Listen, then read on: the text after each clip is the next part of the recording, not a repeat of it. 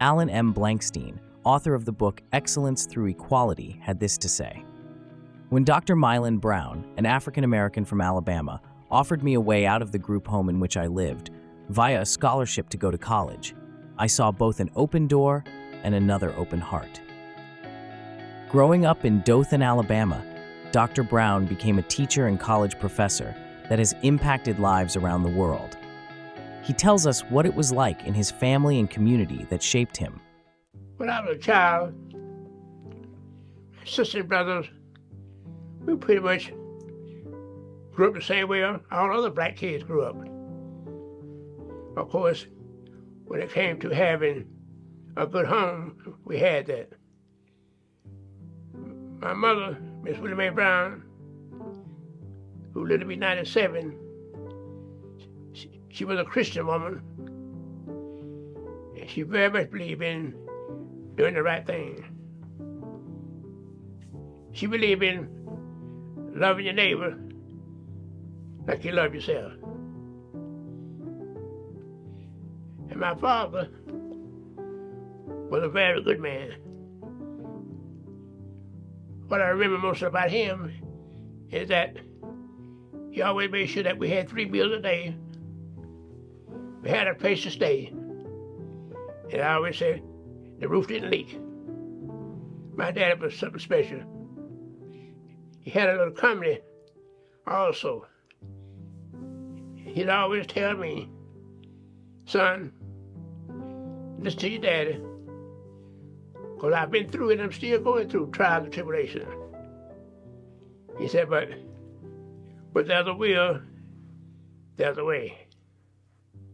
And I want you to go to that classroom every day, do what the teacher said, and get your assignments. And by following instruction, you don't have to go through what you see your daddy going through. Because the bottom line is a good quality education. And because I don't have that, and wasn't able to get that because of restrictions, I had to go through all kind of toil and all type of objections and type things. But I was so proud because he didn't let those type of things stop him. The judgments, the name calling, and not having all the pleasures that other people had. I used to observe the students in my classroom. Not all of them, some of them. They were able to go on vacation during the summertime. I know some of the students in my class, the black students, the parents even had cars. My parents never had a car. Never had a car. But I knew why. Because cars, like everything else, cost money. They are expensive. And you have to have a certain amount of income to support what I would call a car, which is a luxury. But still, my daddy put first things first. Food, clothes, and shelter. Good manners. Obeying your teacher. Obeying adults. Always look before you leap. Because if you look ahead of time, chances are you're going to come out well because your decisions are going to be made on solid ground. He also taught me pay your bills. He said, if you don't have but a quarter left, always pay your bills. A lot of times our parents didn't have any money. Cotton was the main thing we had to deal with. I used to be cotton all day long for $2. My dad would tell us how much to pick. We just said, bring me 200 a day. That meant 200 pounds of cotton. Therefore, to do this, you had to get up early in the morning while the dew was still on the cotton, because they had more weight like that. But we made it. We obeyed our parents, obeyed the rules and regulations, in spite of the name calling. Being discriminated against downtown and other places. at the 5 and 10 cent store, like Crest, Newberry, Woolworth. In the bathroom downtown, for black folk would say colored women. But for white folk, they would say white ladies. You see, they made a difference, colored and white. But still, we knew all that we were very important, just as important as anybody else.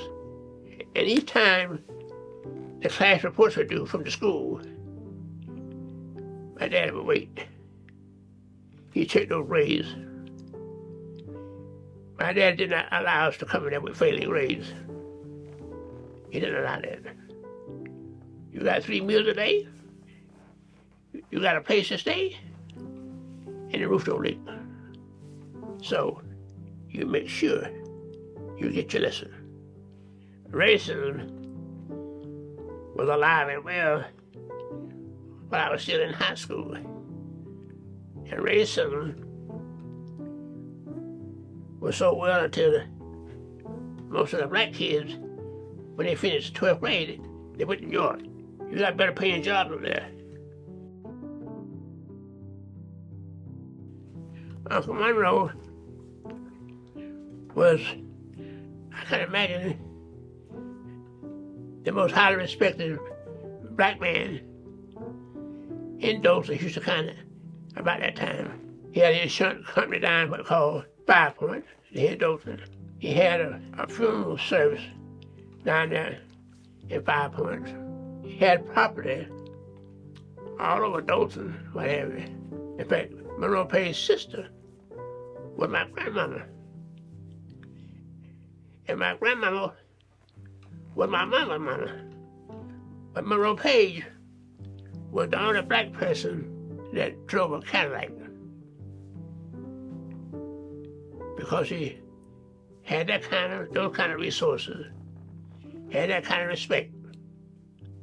And he's very smart as a businessman. So in Dothan, in a section called Astor Planet Hill, Monroe Street run between Pride Street and Bayshore Street. My family and I used to live on Monroe Street. And Uncle Monroe had the largest house anywhere around here. Uncle Monroe had a house that was built like the plantation owners that you find out on West Main. But my Uncle Monroe, he was the only black man in Dothan that had a tall house. And the chandeliers would come way down. And I remember that so well because I used to carry the Dothan. And every day I'd go in there and take a wide paper. She was Aunt Gussie, and she was a very attractive lady. I think she was probably Indian. There was an area of downtown Dothan called 5 Points. It was the center of activities in the black community. Miss Adams, a beautician, had a successful beauty parlor right here. You go down a little further, on this side, a black man had a barber shop on here. You go down a little further, they had a place called the Cotton Club. And he had the same type of, I guess, appeal, the same type of culture that the famous Cotton Club had in Harlem, New York City.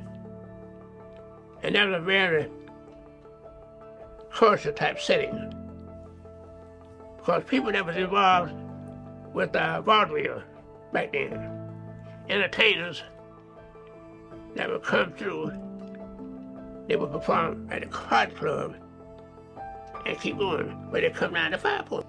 And Dr. Jimerson had his dentistry upstairs across the street during that time. And the Marbles had a barbershop downstairs, and the dentistry was upstairs. So you had, Mr. Fair had a liquor store,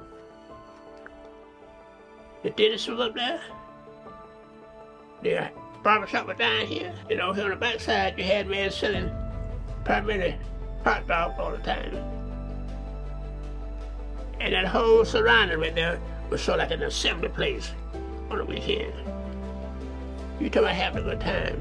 Why don't you remember when the Silent Scream from New Orleans, the best show you ever seen, every year they go on tour. Silent Scream, they come to Dothan. But Silent Scream would come here when I was a little boy. Like vaudeville. You have people that peg leg weights. You have other people that Pearl Bailey came through there. Some fights came through there. But you don't hear anything like that.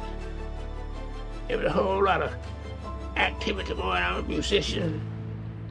And those girls from those Creoles. Those Creoles, they could dance. And they were musicians like every year. When they have a funeral in New Orleans, they go down there sort of sad, but when they come back, everybody blew it.